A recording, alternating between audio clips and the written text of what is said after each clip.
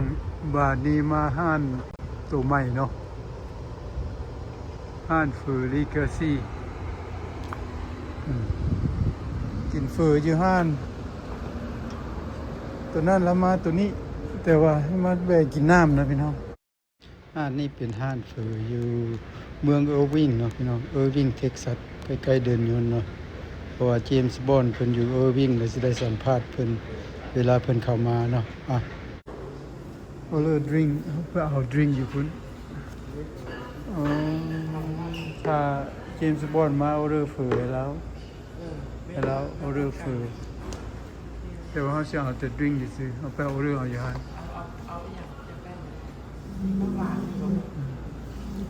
เอาโบ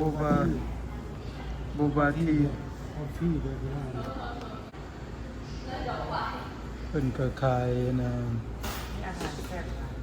โบบาที่สมูรีมีกาแฟเฟรชฟรุตมีทีมีโซดามิลทีกรีนทีเฟรชอะโวคาโดที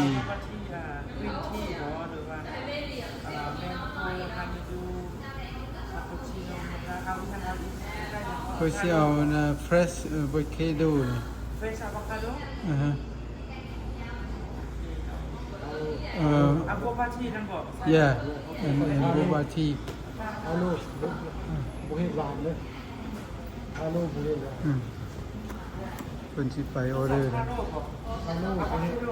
อาโลบุว่าบุเฮหวานไปออเดอร์ดิ้งมาทาเนาะเจมส์บอนด์มานะเจมส์บอนด์มาแล้วสิได้สัมภาษณ์เพิ่นว่าเพิ่นเคยมาเที่ยวเมืองลาวหลายเนาะว่าเพิ่นสิมักดีท่าอยู่ใส่กันแท้เนาะสัมภาษณ์เพิ่นแล้วเพิ่นสิมีความรู้สึกแนวใดพี่น้องก็ติดตามฟังนำเขาเข้าใจหลายพาฟังต่อไปเด้อพี่น้องเด้อเจมส์บอนด์ห้านตัวนี้ใหญ่นะพี่น้องห้านเฟอร์เลกาซีเป็นห้านเวียดเป็นห้านเบียร์ตัวมันก็ใหญ่กว้างคุณมีหลายโต๊ะเนาะพี่น้องออกไปทางนั้นปุ๊บมีหลายโต๊ะตัวนี้มาแวะกินดริงแวะซื้อน้ำดื่มสิเนาะมานัดพบกับเจมส์บอนด์มาแล้วนี่โอ้เจ้าสู้คนเก่าเว้ยยังหนุ่มอยู่เด้อนี่หนุ่มคนเก่าเด้อนี่อยู่ใกล้ปะอยู่ใกล้นี่ปะโอ้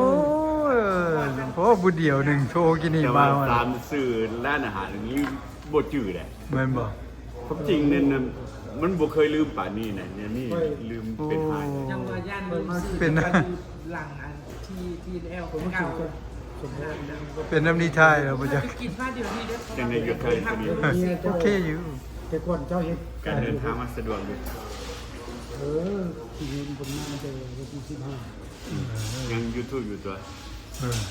คนก็ได้ยินอยู่โอ้โหได้เลยอันนี้ก็ยังเฮ็ดให้ได้อยู่แต่ว่าเอามาจ่ายนั่นน่ะนะต้องออกมีปัญญาต้องออกเรื่อยๆซอกมองเฮ็ดออกซ่องของเจมส์บอนด์เนาะเป็นบอนด์แอดเวนเจอร์ซัพพอร์ตเพิ่นเด้อพี่น้องได้กัน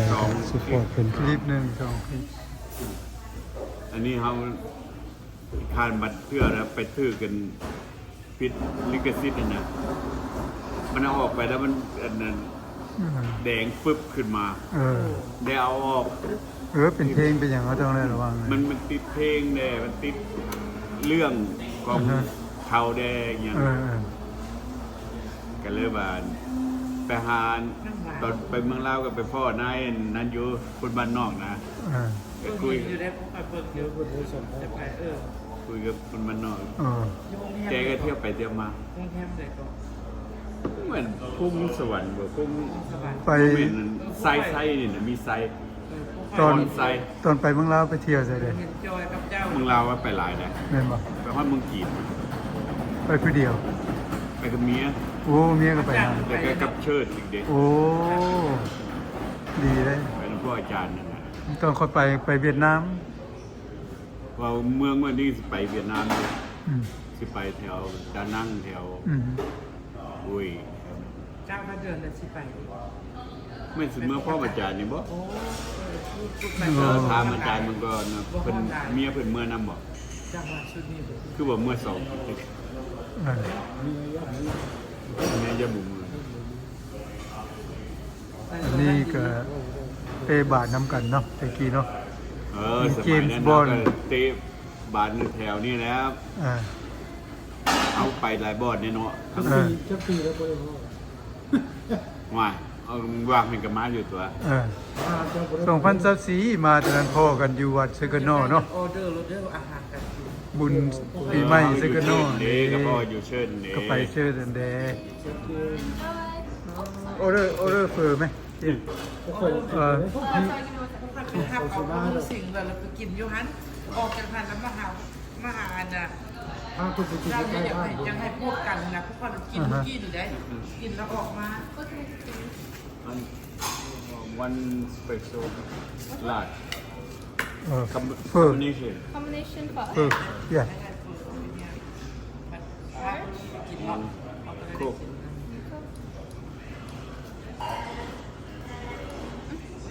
ยาว only him Oh, only? yeah Okay. we could order drink Thank you. You want keep one? หากหาได้การใหม่ น่าได้เมียหนุ่ม ได้เมียหนุ่มมันยังมีเวียกมีงาน เวลาเขาก็มันบ่ได้นั่นคือกันเด้ เออ เขารีทายแล้วเขามันยังทำงานอยู่ โอ้ผมมีประกันเข้ากันบ่ได้เนาะ เออ โอ้ คันมีเงินหลายใครอยู่เอาบ่ห่วงน้ำแนวอื่นนะเนาะอันนี้เงินบ่หลายนี่ห่วยเอาแค่ต้องการประกันภัยนะเป็นหลัก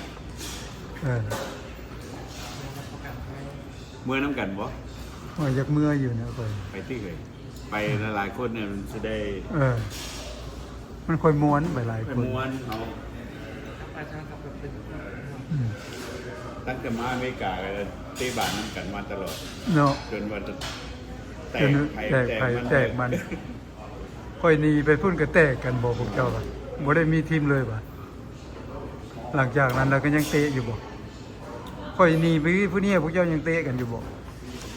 บ่เลย แม่นบ่ ก็เตะลิ้นเตะหัวอยู่ซื่อ โอ้เออ ก็เตะลิ้นเตะหัวน้ำเขาเจ้าซื้อ เออ จนฮอด57 58 ปี โอ้ เขาเปลี่ยน นะ เปลี่ยนตัวใหม่ใช่ไหม โอ้ช่วยฝือคักเนาะ เนี่ยพอมันไปกิน แล้วง่ายไปเพนซิลเวเนียไปเตะน้ำเขาอยู่ โอ้ พุ่น ประเทศอยู่พุ่น เตะอินดอร์น้ำเขาแดง เออ ชายพวก อันเตะเอาดอร์ เออ นิดๆหน่อยๆหรอกกับบ่ได้ เออก็ได้ออกกำลังกาย เท่าเดียวคน จังมาเปลี่ยนเส้นทาง เขาเปลี่ยนถ้วยใหม่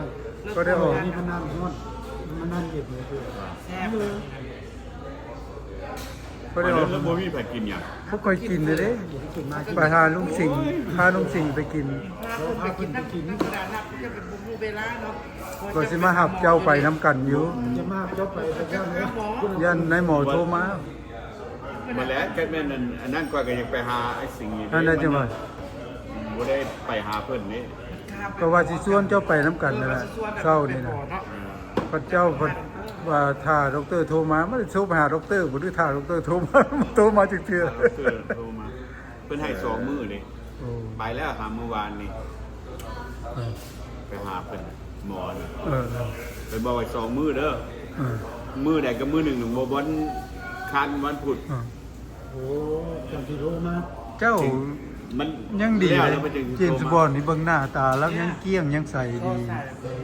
คอก็ยังเบิ่งไม่คอค่อยเหี่ยวเบิ่ง โอ้ยจัก บอกไอ้เกมจะปีทำกันอะไรแบบ ลูกก็ใหญ่กว่าได้หว่า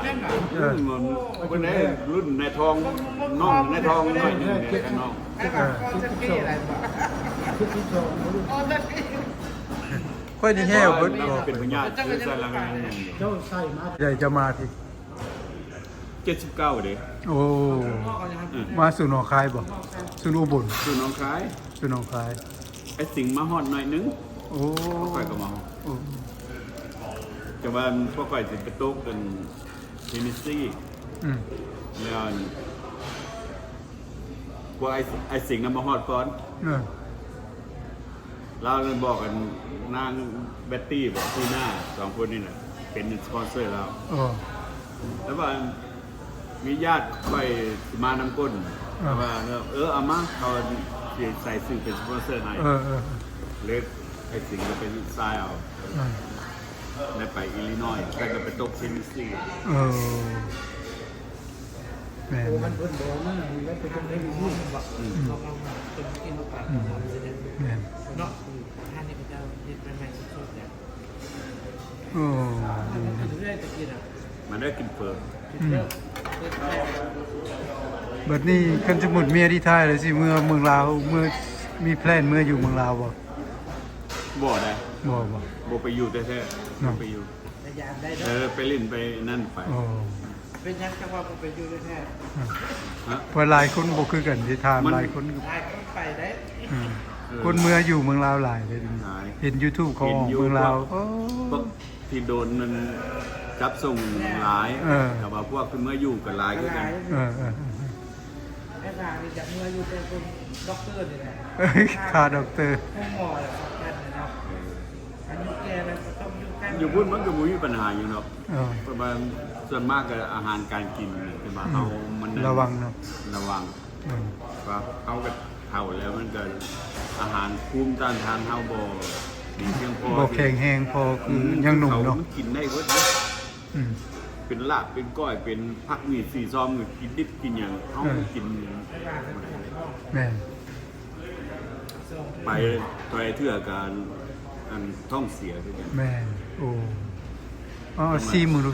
ฟู ซิมว่า ฟูเป็นแต่แซ่บ คือซิม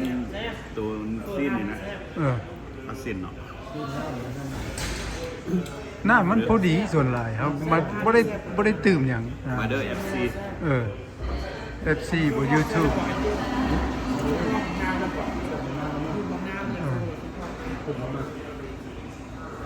น้ำใส่ เพิ่นนี่ก็ไปเที่ยวเมืองลาวหลายเทื่อหลายฮอบไปได้ ไปทุกปีนะเจ็บ วางกันไปทุกปีได้แต่ เออ เจ้าสองเจ้านั้นมา ก็เลยอยากถาม experience ของเพิ่น ขอบคุณที่ใช่ กันสิเมื่ออยู่กระบอกมีปัญหาแล้วเมื่อซื้อดินซื้อดอนอยู่แต่ว่าเขาบ่ให้เฮาซิดเอาตัวนั้น โอ้เขาไม่ซีดเฮาเนาะ จะซื้อให้ได้ก็ซื้อเนาะ ก็ใส่ซื้อเฮาแล้วมันเป็นของเฮามันตายแล้วก็ให้ลูกให้หลานไปคือเก่าน่ะ เออ แต่ว่าตอนเฮาอยู่เฮาก็จะมีสิทธิ์มัน ถ้ารัฐบาลเพิ่นเฮ็ดให้คนลาวต่างประเทศนี่เมื่อให้มีซื้อได้เอง เมื่อ ขาย คนอ่ะคน บ่ รัฐบาลจะให้ ซื้อก็ได้ขายก็ได้แม่นบ่เฮาซื้อแล้วเฮาสร้างเฮาจะขายเฮาก็ขายแม่นบ่แนวนั้นแม่นบ่แม่นคนสิเมื่ออยู่หลายเนาะอันนี้ก็ส่งข่าวให้รัฐบาลลาวเพิ่นได้เบิ่ง พอได้ฮู้เนาะ ยินการรัฐบาลว่าลุงผู้ใดอยาก อืม เมื่ออยู่เมืองลาวเป็นสร้างสาพัฒนากรรมาเด้อบอกเพิ่นเว้าเนาะสำคัญ ก็ ว่า ให้อ เพิ่น ยู่ เว้า แต่ เพิ่นนะ ท่านได้กว้างเกินเนาะกว้างเกินที่เฮาต้องการ แม่ จะให้ น เฮามีโอ ก็จะ กาส ให้กว้างอยู่ ใส่ซื้อเนาะคันเฮ็ด ๆก็ดนไปก็บ่ได้เนาะบางเทื่อเพิ่นเปลี่ยนก็มีเนาะ เป็นก็เปลี่ยนไปน้ำเรื่อยๆนี่ ถ้าเป็นสนิทเพิ่นสิเมื่อหลายเด้ที่พัฒนาได้แบบนั้นซื้อ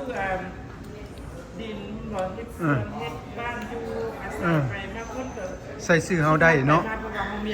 เงินอยู่ คันว่าใส่ซื้อเฮาได้เฮาก็มีสิทธิ์ขายได้เนาะ เศรษฐกิจมันก็ดีขึ้นไปบอกไปอยู่ไปใส่ ไปอยู่ผู้ใดก็ไปซื้อไปขายมันก็มีการค้าเนาะ คือเมืองลาวนี่ว่าภาษาอังกฤษเลยแหละคันเป็นแบบนี้ โอ้ ฝากคนเอามา เมื่อหลายเนาะคนสิเมื่อหลายได้คอยคิดคันว่าเจ้ามาเจ้ามีสิทธิ์ซื้อใส่ซื้อเจ้าจะขายเจ้าก็ขายได้ ถ้าจะรัฐบาลประกาศเดี๋ยวนี้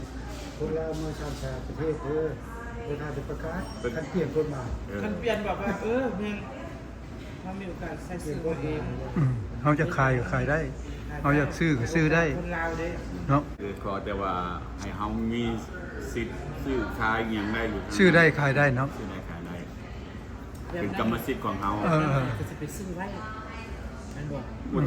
ผู้จะไปซื้อ มันก็พอไปอยู่เพิ่นแหละ แม่ ว่าเฮาเท่าแล้วแกอยู่นี่ก็เห็นหยังคืออยู่ท้ายเลยเนาะ เออ อยู่นี่ก็นั่งอยู่บ้านละล่ะ ไปเมืองลาวเบิ่งหัวเบิ่งสวนน้ำลูกน้ำหลังก็ดีนะ แม่ เอา ก็มีบางคนก็มีไอเดียบ่คือกันก็สร้างนั้นสร้างนี้ขึ้นก็มีคนก็มีเบี้ยมีงานมี เราก็เฮียน แม่ สร้างพวกอิเล็กทรอนิกส์ เออ เราก็เอาไปสอนลูกสอนหลาน แม่ ฮู้เขาก็เป็นสร้างเสียนที่กับผู้จักสร้าง เออ จักกลจักกล แม่ อืม วันนี้รุ่นลูกเขาก็ไป ก็ให้ความรู้ความรักก็มีไอเดียเนาะ ลูกก็จะไปได้ ก็ว่าบ่ได้ มันก็บ่แน่ อือฮึ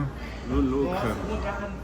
เปิดกว้างในลูกเขาอาจจะไป อืม เขาพาไปเด็กเขามีเงินมีซาจุดเด็กเขาก็ไป ไปผู้มัก เอามักเอาไป ผู้มักเขามีไอเดียบิสเนสเขาก็เฮ็ดบิสเนสได้เขาก็อยู่หั่นก็มีเนาะ เงินซาเขาปุ๊บไปให้เด็ก เป็นนั่นนะ